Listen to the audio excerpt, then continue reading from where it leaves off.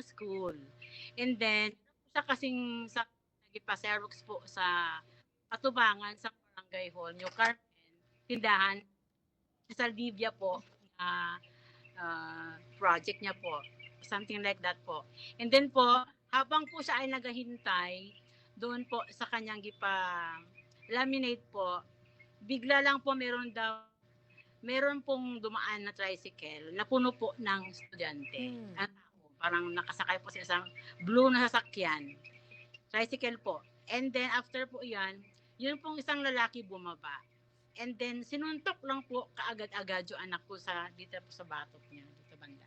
Okay. So, yung anak ko po, hindi yun po siya naka-ready. Siyempre, akala niya po, bibilang po yung tao.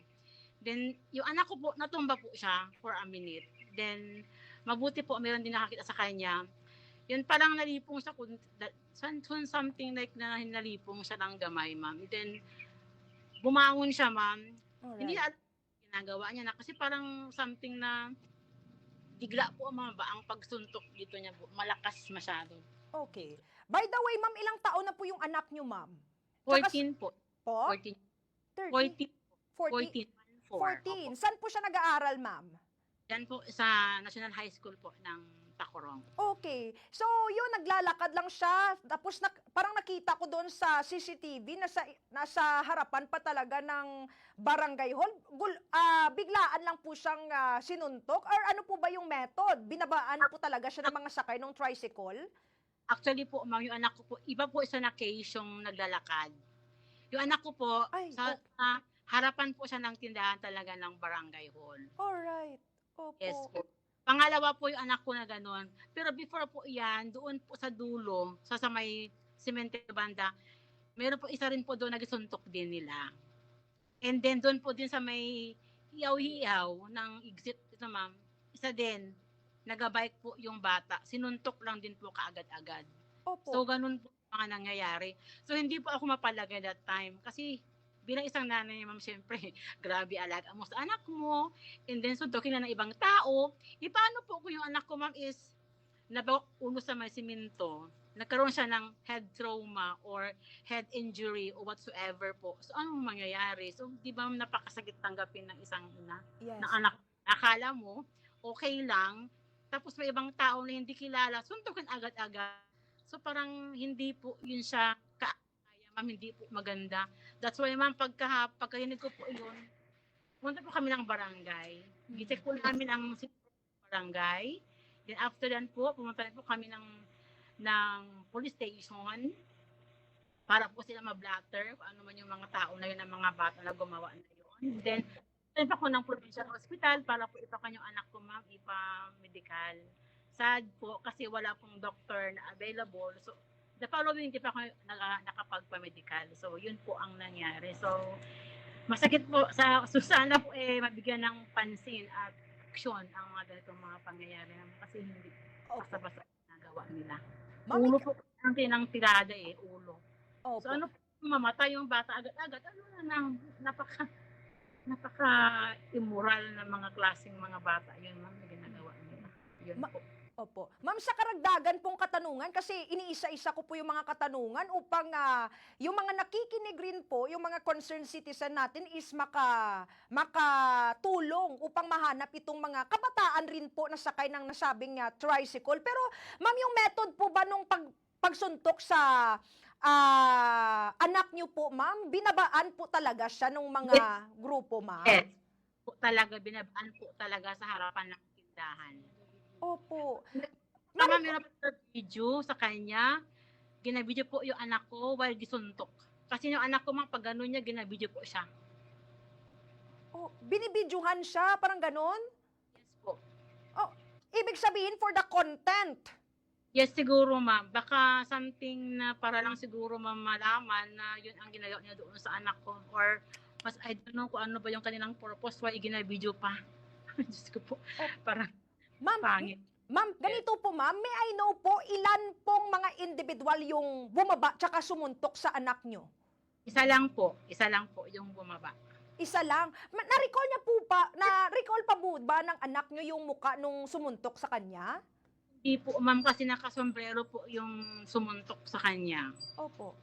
Possible Kaya po ba kasabot yung yung driver rin po ng tricycle? yes po, kasabwat po talaga siya kasi siya ang driver, ma'am. So, siguro after ng suntok nila, agad sila tatakbo para hindi sila madakpan. So, kaya nga mayroon silang driver talaga, ma'am. Ganun. Pero mga initially po, ilan po yung sakay ng tricycle upang malaman rin po ng mga kabombo natin na nakikinig at ma-report sa mga pulis?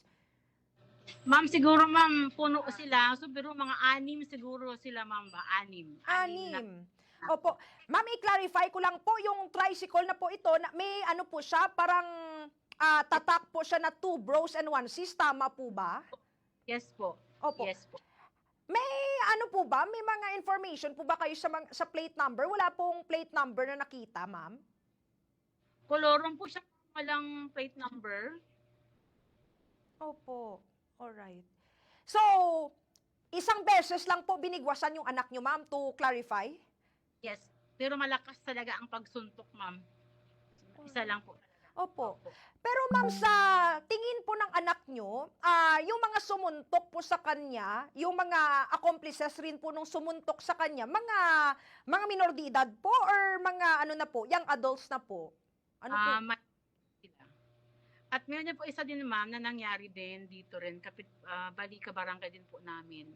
Kisuntok din po siya, to 2 ang sumuntok sa kanya. Opo.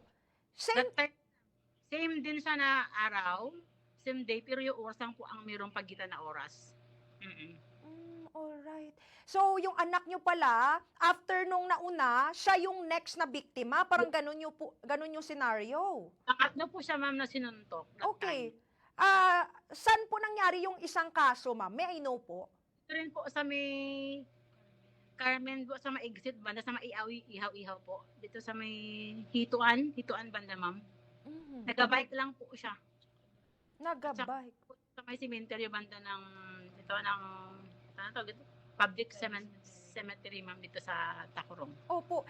That means, ma'am, doon kasi sa area na dinidescribe mo, walang masyadong mga kabahayan doon kasi national highway. Kaya parang doon sila naglilibot itong naturang tricycle, ma'am, na nang titrip. Opo, ma'am. Opo. Opo. So ano po yung aksyon ng Barangay New Carmen sa concern nyo? Ano po yung mga ginagawa nilang mga aksyon? Ang sabi po kasi, actually wala pa ko that time kasi I was in duty. Ang sabi po, i-conduct nila, ma'am, sa Monday, investigate nila. Sabi ko, it's too late. Dapat sana hindi ganun katagal. Kung pwede pa lang as early as possible, they have to make an action. And then po, yung araw na yun pa, sabi po sa amin, punta kayo ng barangay, ng police station para daw makakuan namin sila. Ma-inform o ma-blatter namin about doon sa nangyari. And then sabi rin po ng police station, sige lang po, ma'am, ganun lang, maghanap po kami ng ganito. Kung wala pa kayong source, ibigay nyo sa amin. So, ganun naman ba? Pero parang walang klaro. Sabi ko, paano na yan kung may sa anak ko, mama, nangyari? Ano na, gano'n na lang, baka sasabihin niya, okay lang. Ngayon, next na lang, o Monday na lang, kasi wala pa namang ganito, ganyan. So, yun naman ba? So, mahina ang nagiging action. Opo. Hindi sana agad. Opo. Para at least, ma'am, ma-aware din yung mga magulang, ma'am, na baka hindi lang po yun ang kanilang gagawin next, baka mas marami pa. Opo. Yun nga po yung alarming. Tapos, ma'am, if ma-recall ko, kulay blue po yung tricycle, no? Yes po, ma'am. Kulay blue. May nakaangkas rin po ba sa back ride nung naturang tricycle? Meron din po, ma'am, nakita po, meron po din, nakaangkas. Okay.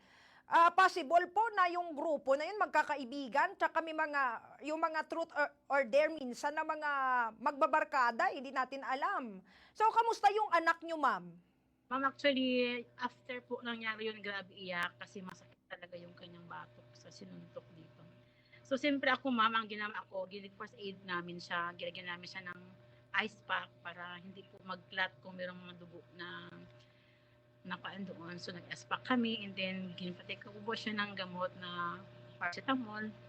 And then, gano'n lang po ang ginawa namin din. The following day, pumunta kami ng City Health para po medical certificate niya kaya para po meron kami papakita in case lang po na maka nito na case. Yun po. Opo. Then now, As of now, okay naman po siya, ma'am, pero na-trauma talaga siya, ma'am, ba yung trauma god. Nabigla kang susuntugin na para kang wala lang. Yun, ma'am. Pati ako din, ma'am, na nanay. Ayaw ko na rin sana mangyari yun sa ibang nanay, sa mga ibang anak. Opo. Siyempre. Correct po. Sakit. Ma'am, Sakit. pero matanong ko po, ma'am, yung mga CCTV po dyan sa Barangay New Carmen, enough po ba yung mga nakita nating mga traces regarding dito sa tricycle na to? Parang hindi, ma'am. Not enough. Kasi Oh, hindi siya nag-move. Hindi pa nag-move ang kanilang CCTV. No? Parang natabunan din po ba? So, kailangan dapat nila ikwan yan, ma'am. Iasakasuhin din nila yan. Ayusin na yung mga ganyan. Kasi ganyan na incident sa anak ko, ma'am. Baka ano na lang kung wala kami, walang ganun. So, wala kaming basihan o ano. Wala talaga, ma'am. So, dapat ayusin nila yan. opo. Iklaro nila. In case na may mga ganyan na pangyayari. Hindi lang siguro baka na mga accident whatsoever, at least meron tayong basihan. Opo. Opo, pero kasi ma'am kolorum yung nasabing tricycle, ma'am, ano po yung action ng mga kapulisan dyan, ma'am? Dapat mahuli yung mga kolorum eh, kasi hindi yan dapat, kasi iba't ibang factors yung pwede nila ma-attribute sa isang community, katulad nito, yung mga nangtitrip. Ano po yung action ng mga kapulisan doon, ma'am, base sa mga pahayag nila?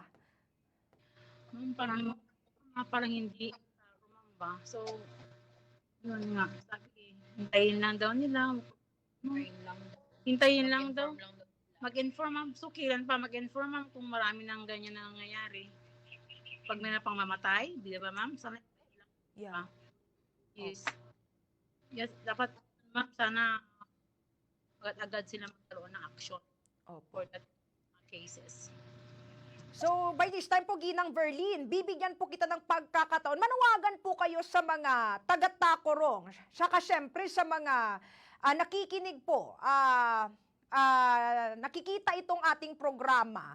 Kung may whereabouts sila dito sa tricycle driver or tricycle na color blue, tapos may 2 bros and 1 sis na logo, ano po yung panawagan nyo po sa mga citizen po natin, ma'am, na nakikinig? Magandang hapon po sa ating lahat, aking mga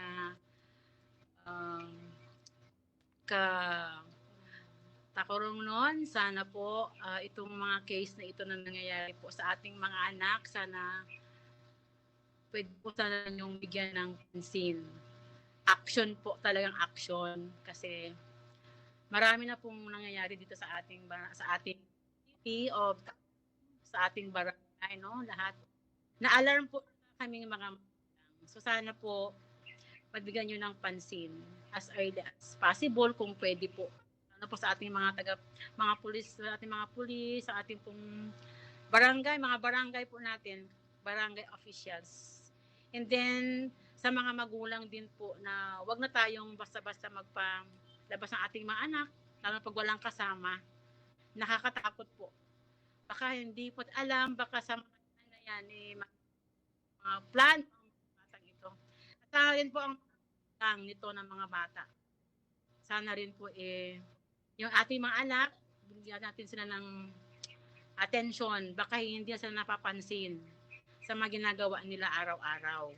Sila ba ay nag-aaral o baka hindi na because of that na mga barka-barkada, ayan na klase na mga anong tawag sina, gangs bang tawag sina, ma'am? Mga klase na mga grupo-grupo nila.